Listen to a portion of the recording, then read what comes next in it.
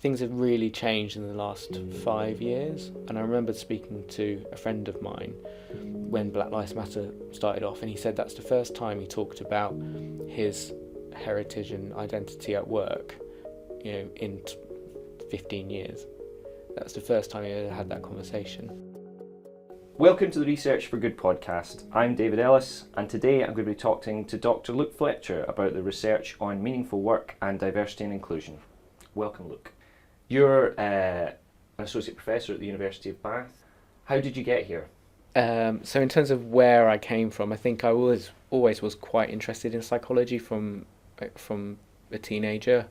I was really interested in kind of psychological dramas and thrillers and all that kind of stuff, and I read a lot of kind of crime thrillers and that kind of thing as a kid. So I was really interested in kind of the criminal end of things, I suppose, at the start. What then led to that transition of the kind of being more interested in the business side? Looking at pathology and criminal behaviour and that kind of thing, I felt a bit kind of distance from it. It felt kind of a bit perverse in a way, that you're kind of observing all this kind of abnormal psychology. So I wanted to look at people less in that kind of light and think about it from more of an inclusive perspective.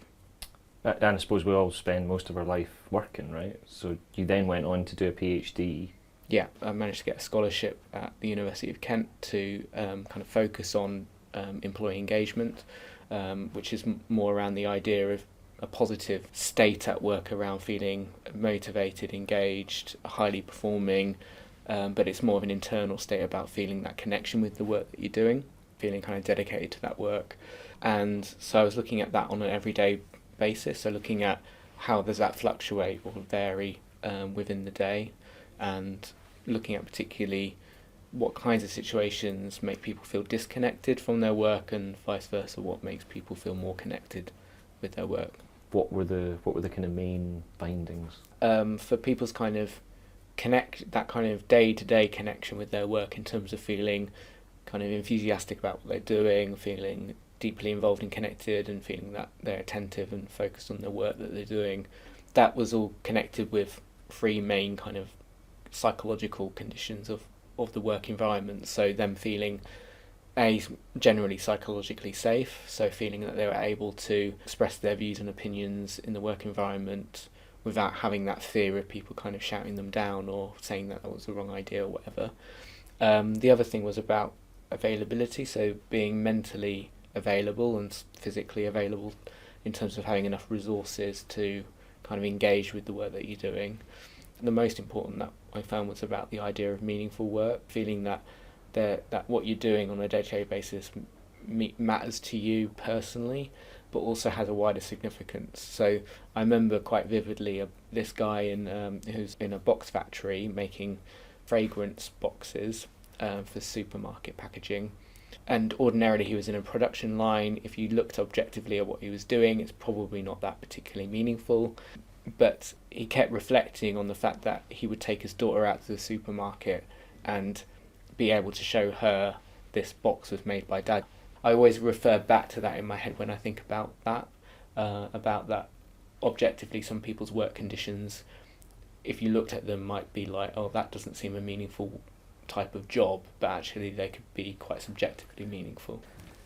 So if we fast forward a bit to what you're up to at the moment, what's the most exciting thing that you're working on at the moment, or that you've worked on recently? I really want to focus on diversity and inclusion, and particularly LGBT or lesbian, gay, bisexual and trans people's experiences of work, because it comes from my own personal kind of identity as well, and there's not been a huge amount of literature around LGBT people's experiences of work. How do we connect some of the debates and theoretical angles into that conversation? So I've done a couple of projects where I've had some impact through working with the CIPD, the HR professional body.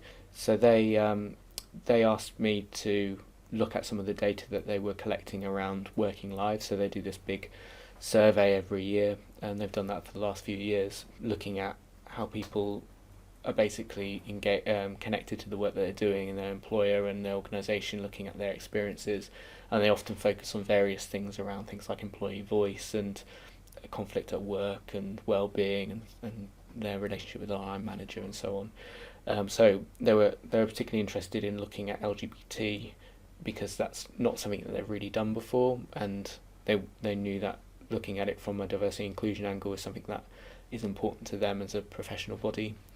So I started looking at that, and I was looking at it from whether LGBT people experienced kind of a worse situation, if you like. They had higher rates of conflict at work, they had poorer well-being, they were generally less connected and committed to their work and organisation, mainly because of the idea that there's stigma attached to LGBT identities, and they often face more prejudice and discrimination in the workplace, whether that be explicit or more indirect. That's really interesting. How much of that's also perhaps to do with them not feeling safe as well? Just to go back to your, we talked earlier about the work on people feeling safe. Is that also tied into that as well? Yeah, so that was a really important idea when I was looking at the data there, was looking at the idea of psychological safety, and they did measure certain elements of that. So I did kind of capture that and try to look at that. The other idea I wanted to look at was allyship and how people can be more supportive of LGBT people in the workplace. So I took those ideas and I've developed a couple more projects particularly around trans allyship, so being more of an ally towards trans and non-binary people in the workplace, and what kind of might facilitate that, and how do trans people themselves perceive that. Allyship is kind of a concept that has evolved over the last, I would say, 5 to 10 years, and it's come more from the sociology space and kind of various other elements around allyship for women or allyship for black people. But it tends to be more around this idea from moving around passive support for a group of people that might be disadvantaged to more active, more activist type of support. So it's more around standing up for people, confronting prejudice and in the workplace, being more active in your involvement and connecting with those communities, rather than just saying that you generally support people, and if they're having a tough time that you kind of help them when needed. It's kind of moving beyond that to a more active, what some would term as a more activist type of approach. In terms of this idea of those alliance approaches or more activist approaches, what could you unpack a bit? What do they look like, and how do they compare to what was before? So there's been kind of quite an explosion in allyship programs in businesses. Microsoft, for example, have a whole strategy around allyship, and LGBT organisations like Stonewall offer specific allyship training and packages of support. A lot of organisations now have specific staff networks around LGBT or women empowerment or ethnic minority empowerment. It's been pushed in different directions by different groups, I think, but in terms of the core idea of it, it's about people from more of an advantaged background in society or in the workplace, reflecting on that and thinking about how they can utilise the resources that they have available to them to help support those that are from minoritized or stigmatized groups. But it's not just kind of saying, I think I know what you need, and saying, I will just put resources into that. So you see this quite a lot in leadership development programs or empowerment programs, where it's basically been said that, okay, women face barriers to get into leadership, we're just going to teach them the skills to be more, to train them to be more dominant and assertive in their leadership capability. That's basically saying there's a male ideal out there and we need to kind of help women get there. It also sounds a bit like trying to change the individuals rather than the system that they sit within. So allyship is changing that dynamic to say, well, actually, it's not about the advantaged people saying we need to fix the problem with these individuals or fix the barriers, but it's more about kind of understanding the individuals in that group and what they need, and having conversations with them and involving themselves as an equal with them, rather than just doing stuff to that group. So it's almost like, I think you might have said this, but it's almost like a more conversational approach rather than a sort of overly directive. I did this, therefore you should do this. Yeah, and what I've quite liked about one of the frameworks that I kind of utilise is breaking it down into particular behaviours. So thinking about a person that's wanting to show allyship, what does that really look like? So they can show it through developing their own knowledge and learning. So, for example, if you don't really know much about LGBT people, you find out podcasts about LGBT people, you watch documentaries about their experiences and so on, and you try and learn about what it's like to be in their shoes. So there's that knowledge component and understanding, but that's not just enough on its own. So it's more about moving that into things around confronting problematic norms and behaviours in the workplace. So for example, if you're in a workplace meeting and you notice that everybody is talking about their wives and husbands and children, and then you notice someone's being very quiet and doesn't really involve themselves because you know that they're gay or lesbian and don't have children and they're not married, then it places them in an exclusion zone. They're not automatically included in that conversation. So it's being aware of those kind of dynamics and kind of challenging some of those norms and behaviours in the workplace. Maybe not kind of aggressively, because I think that doesn't always work, and there's evidence to show that that doesn't always work, but doing it in a kind of positive, transformational aspect around improving the organisation might be helpful. The other thing is also then moving beyond just kind of confronting and changing things over time to actually being more of what some term as an accomplice in activism with these groups.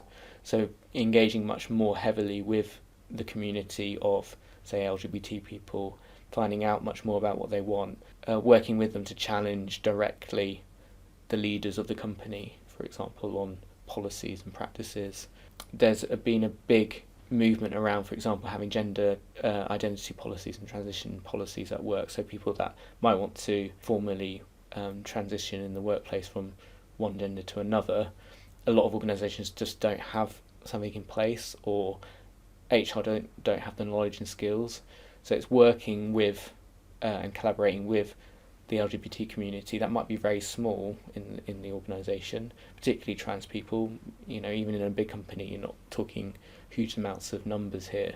So it's working with them in a collaborative sense to help them achieve change rather than kind of putting it on them to do something about it. It sounds very much like some of those core behaviours are about breaking down those barriers, both for people who don't know as much, so that not just people, LGBT people, but also people who are trying to have conversations with them, that they might sometimes feel they're going to say the wrong thing because they don't know. But it sounds like one of those core behaviours is to understand enough so that both sides can have those dialogues. Is that fair? Yeah, I think there's that kind of critical mass effect where you need to have a threshold of knowledge to be able to kind of engage with it. But also I think there can be this polarisation in the society where, particularly around gender at the moment, which isn't helpful because it's not really bridging that gap between having a respectful conversation. So I think it's more about showing that you understand enough, but also having that psychological safety in the workplace where you allow lots of people to come together and have a conversation about something that isn't going to kind of get into a really difficult conflict, that there's a respect there on all sides, that you're trying to reach a solution that's going to help achieve inclusion for everybody. So if a business was listening to this and was thinking, well, this is something I need to think about or should be thinking about, where would they go to start that process, or what resources would they start thinking about looking at? Yeah, so I think some good places to start might be, for example, I don't really want to egg on Microsoft, but Microsoft does have a really good resource website. They're on a big journey themselves in terms of moving towards, they want to incorporate allyship as a really cornerstone strategic kind of framework for their business, really. So they've got a lot of resources around inclusion, diversity inclusion, from more basic stuff to more kind of fundamental things around allyship and confronting bias and so on. Other places to look at are the LGBT Foundation and Stonewall, because they're LGBT-specific organisations that do a lot of advocacy work and training around that. And also the Gender Identity Research and Education Society that specifically looks at trans and non-binary people. It's quite surprising that you mentioned Microsoft as being the sort of spearhead in this, because that wasn't the first company that jumped to my head. Partly because when I think of technology companies, I think of the opposite of that, actually.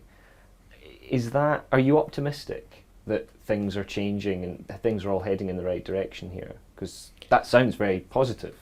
I'm just curious what your thoughts are. I think Microsoft is interesting because they've set a kind of bold mission statement. So they've changed their mission quite recently, I think, to be this kind of grand statement about what they want to achieve in the world. So I think that has led them to have a conversation about diversity and inclusion on a grander scale than just like, we just want to do diversity and inclusion. It's more about it's really fundamental to the way that they want to achieve their grand mission. So I think in that sense it's helped embolden them to kind of do things that ordinarily they might not have done if they didn't have such a idealistic grand mission statement for their business. So in terms of optimism about diversity and inclusion in organisations, I think things have really changed in the last 5 years, particularly with various social movements that have happened, like Me Too and Black Lives Matter and so on. I think it's helped start conversations and move the agenda forward. And I remember speaking to a friend of mine when Black Lives Matter started off, and he said that's the first time he talked about his heritage and identity at work, in 15 years. That was the first time he ever had that conversation.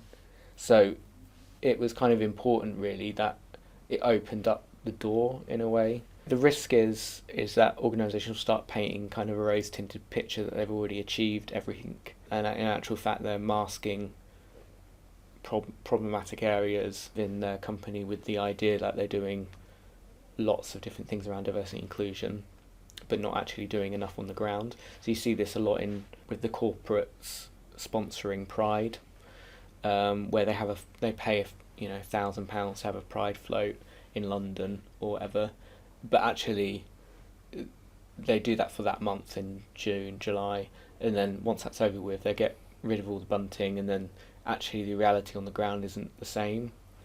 So it's about trying to get that rhetoric or marketing spiel that a lot of organisations say that they're doing a lot around diversity and inclusion, but actually matching that with consistent policies and practices on the ground. It sounds like there's a bit of a disconnect there between their marketing and what they try to perceive to the world and actually what they're doing on the ground. Yeah, there can be a disconnect, and I think that's where LGBT people and allies can help challenge where the organisations are doing that. And you saw that with things like the Black Lives Matter movement, where companies were posting their support and putting certain images up, and then people kind of saying, well, actually you don't do anything around supporting diverse ethnic minority populations in your company, so you can't really be saying that you're really supporting them. So it's that idea of challenging that when that disconnect becomes apparent. I was also thinking of asking a question about sort of online reactions to these things. I just wondered if any of your research had touched on that, or if I haven't done any research on that, but it's something that I would like to look at a bit more, is how does change happen in organisations through allies and activist communities kind of engaging on social media, because it can have a polarising effect and actually make things worse, in effect, that there becomes this kind of juncture where no one's moving, and you've seen this recently with the gender identity stuff and the government discussions around reforms to the Gender Identity Act and so on, Gender Recognition Act. So it becomes quite polarising, and it becomes this kind of stalemate situation. It made me think a little bit about the issues around transgender athletes competing in different sports, and the sort of, even the way some of the journalism is at the moment, it almost is primed to be polarising. Here's why they should be allowed to compete, here's why they can't. And I wonder I wonder if that doesn't help matters. Yeah, I think there's a whole atmosphere at the moment that isn't very helpful to actually engaging in a respectful, evidence-based discussion around it that brings together women's rights with trans rights in a way that is going to help support inclusion for everybody, not just this idea that trans people are taking away other people's rights. That whole conversation isn't helpful because it isn't about people taking away other people's rights. It's about trying to make sure that everybody has similar rights. We've talked a lot about your research, and you've talked a little bit about what drives you. You know, other people have kind of talked about what gets them up in the morning, and it sounds like fairness is something that really is core. I'm curious to know what keeps you going to keep doing this. Yeah, I suppose, fairness is something that does drive me. I think I want to live in a fair society, and trying to raise awareness of inclusion and other aspects of things like meaningful work and so on, and how important it is to consider these things. Thanks very much, Luke, for joining us today. It's been fascinating hearing about your work, and also particularly just the fact that it's something that everybody needs to be thinking about, not just businesses, in terms of fairness and equality. So thank you very much. Thank you for having me. It's been a pleasure, and I hope I've made a little bit of difference. You've been listening to the Research4Good podcast. If you want to learn more about Luke's work, as well as other School of Management research that focuses on making the world a better place, then visit the Research4Good page on the University of Bath website. You can find the link in the episode description.